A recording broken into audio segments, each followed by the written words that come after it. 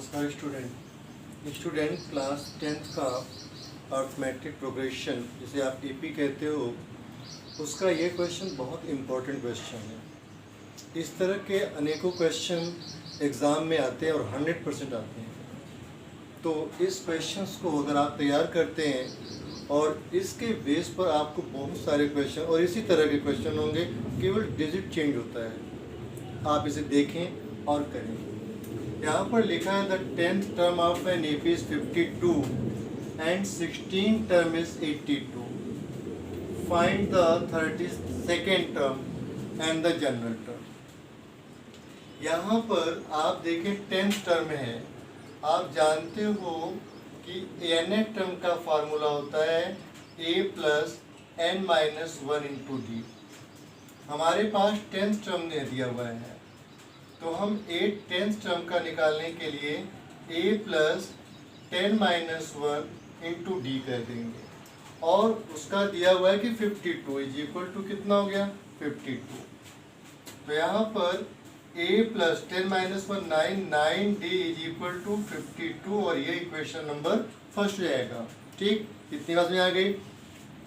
यहाँ पर आपको a16 फाइंड करना है, तो इसी फार्मूला के बेस पर a plus 16 minus 1 d is equal to उसका टर्म जो दिया हुआ है वहाँ पर 82 दिया हुआ है। आप यहाँ पर लिखें a plus 16 minus 1 15d is equal to 82 और यह इक्वेशन नंबर सेकेंड क्रिएट हो गया। फर्स्ट क्रिएट कर दिया इक्वेशन और सेकेंड। यहाँ पर linear equation in two variable elimination method use कर लीजिए और इसको आप सॉल्व कर सकते हो। तो आप लिखेंगे on subtracting equation number second from equation number first. तो a plus 9d is equal to 52 and a plus 15d is equal to 82। आप माइनस करिए, ये कैंसिल हो जाएगा। 9 से 15 माइनस 9 इक्वल टू 60। ठीक है, एंड 2 माइनस 2 8 माइनस 5 ये माइनस का, ये भी माइनस का हो गया, माइनस माइनस से cancel. Minus 30 upon minus 6 then d is equal to कितना हो गया 5। ये d की वैल्यू 5 आ गई। आप यहाँ लिखें ऑन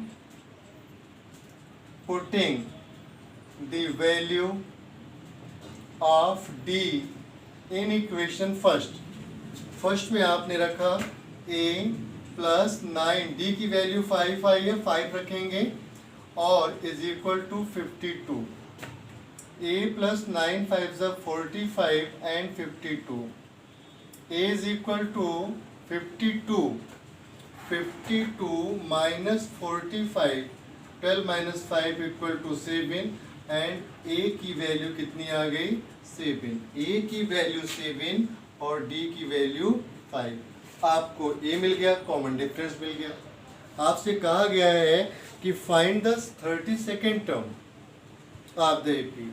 तो 32nd टर्म जानने के लिए क्या करेंगे, a32 is equal to a plus n क्या हो जाएगा 32 माइनस 1 और d कितना हो गया, यहाँ पर d 5 आया है, यहाँ पर d 5 आया है। आपने उन्हीं नंबर को सब्स्टिट्यूट करना है जो यहाँ पर हमें यूज करना है। हो गया।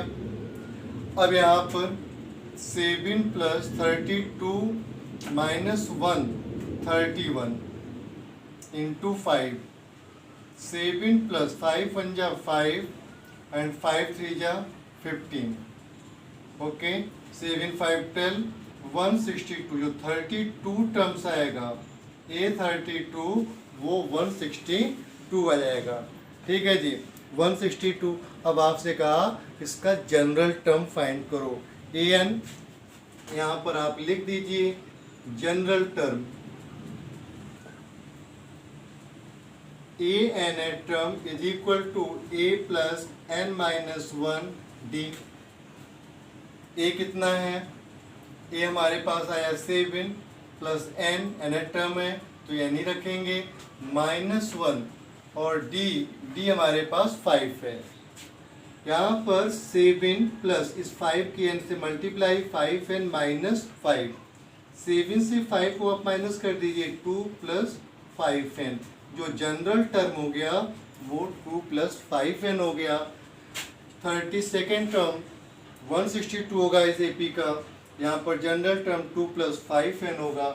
इसको सॉल्व करने के लिए सबसे पहले आप 8, 10 और 16 को इक्वेशन के फॉर्म में बनाइए, लीनियर इक्वेशन इन 2 वेरिएबल, और उसके बाद आप इस क्वेश्चन को elimination method, substitution method, cross multiply method, जो आपको इजी लगे उस मेथड से आप ए और डी को ले आएंगे।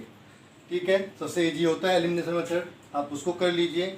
और फिर आप A32 निकालने के लिए फिर से फार्मूला, यही वाला फार्मूला अप्लाई होगा, और इस फार्मूले को यहाँ पर जनरल टर्म जानने के लिए, जनरल टर्म का formula AN term is equal to A plus n minus 1 into d होता है, और इस तरह से आप इसको फाइंड कर सकते हैं। उम्मीद है क्वेश्चन आपको बहुत अच्छी तरह समझ में आ गया होगा। इस तरह के क्वेश्चन बेटे बहुत सारे आते हैं। आपको 2 टर्म्स की वैल्यू दी होगी, आपसे पूछा जाएगा कि नेक्स्ट टर्म बताओ, 32 टर्म्स क्या है, 35 टर्म्स क्या हो सकता है, 37 टर्म पे कौन सा नंबर सकता है, इस तरह के क्वेश्चन होते हैं। अगर आपको ये मेथड अच्छे से समझ आएगा, आप कोई भी क्वेश्चन बहुत इजी वे में कर जाएंगे। Thanks to watch.